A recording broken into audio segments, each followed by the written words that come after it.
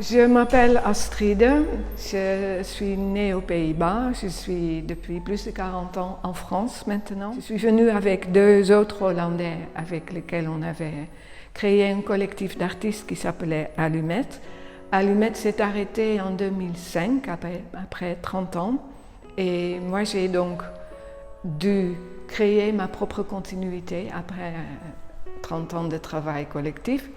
Et j'ai pas beaucoup exposé depuis ce moment-là. Et ici, cette exposition montre différentes façons que j'ai de travailler, en volume, en noir et blanc, en matière et en couleur.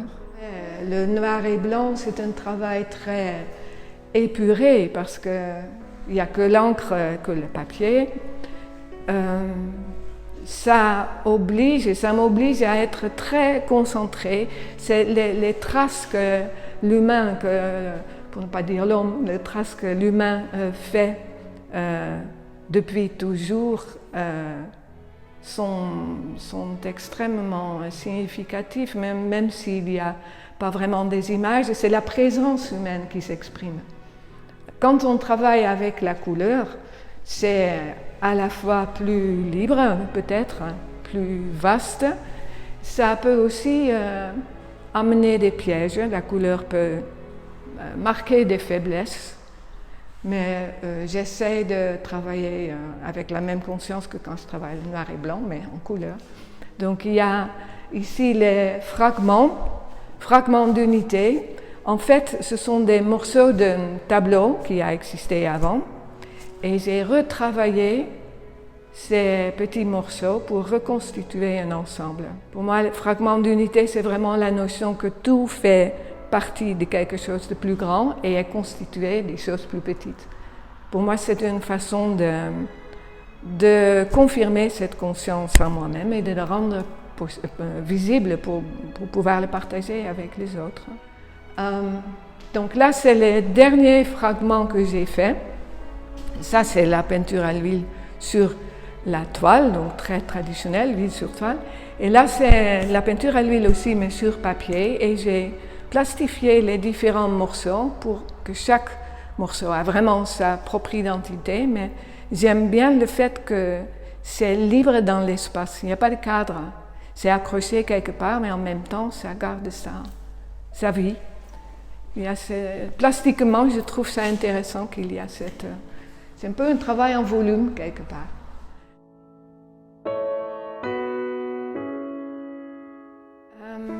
Je pense vraiment, et j'essaie de vivre tout le temps avec cette notion que tout est énergie, tout ce qu'on voit est temporairement là, et tout est porteur de certaines énergies.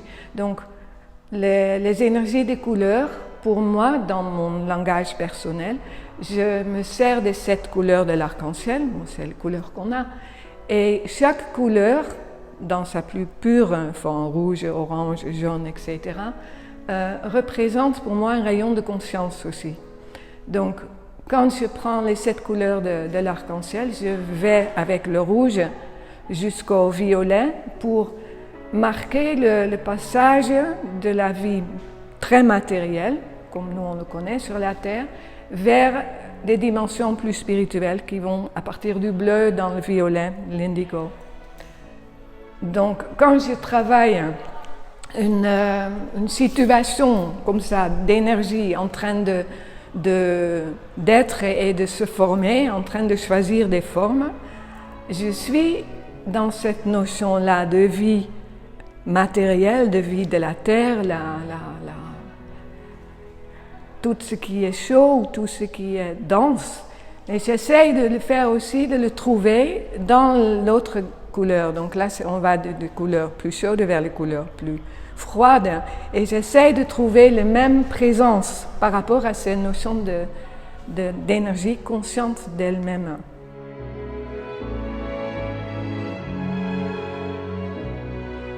Bon, le travail que je regroupe sous le titre Prima della forma, c'est une recherche, une curiosité que j'ai par rapport à quand est-ce que la forme devient significative? Quand est-ce que la matière, tout est énergie, donc la matière se densifie, se fixe pour devenir du bois ou la lumière, c'est peut-être pas la matière, mais c'est quand même une mise en forme d'une énergie de base qu'on ne peut pas définir, mais qui est pour moi la base de tout ce qui est, tout ce que je fais aussi. Donc il y a une sorte de mouvement d'énergie par les couleurs et j'essaye de trouver le moment que ce que je fais, ce qui est en train de se passer, devient porteur de quelque chose d'autre, de mystérieux, mais qui fait que quand on regarde, on est en échange avec quelque chose de vivant.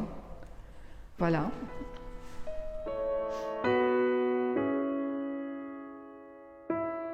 Ce n'est plus tout à fait prima della forme.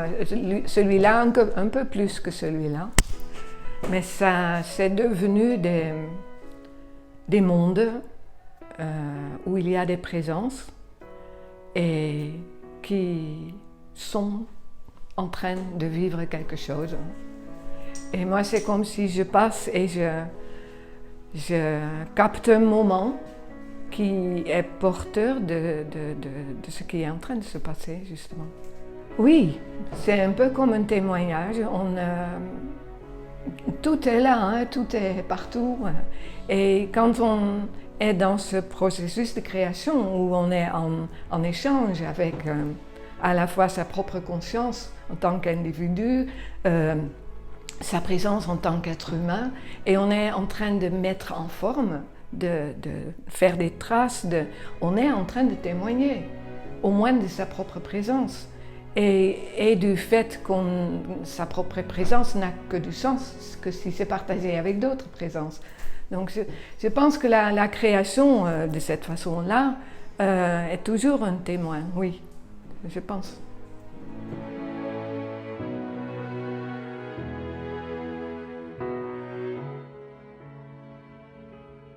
Les bâtons de lumière, la notion de la verticalité, l'homme, l'être humain qui est debout, un lien entre la terre et le ciel, pour moi c'est une notion très importante de réaliser que nous sommes des êtres conscients d'être debout.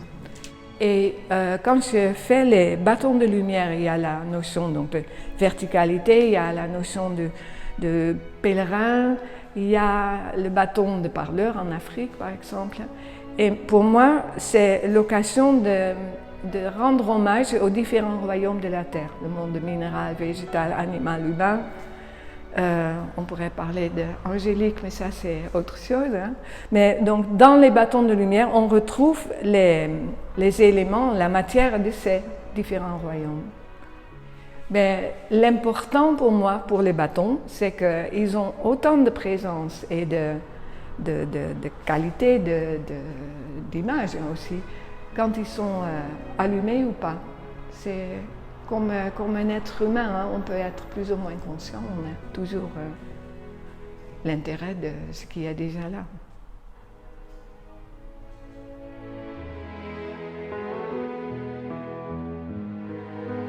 Ce moment partagé, fort agréable comme d'habitude. Oui. Et moi, je peux dire bonjour aussi. Alors. Oui, tu peux dire oui. bonjour, vas-y. Oui. Merci Dominique et toute l'équipe de Carrosart. C'était vraiment super de partager cette expérience.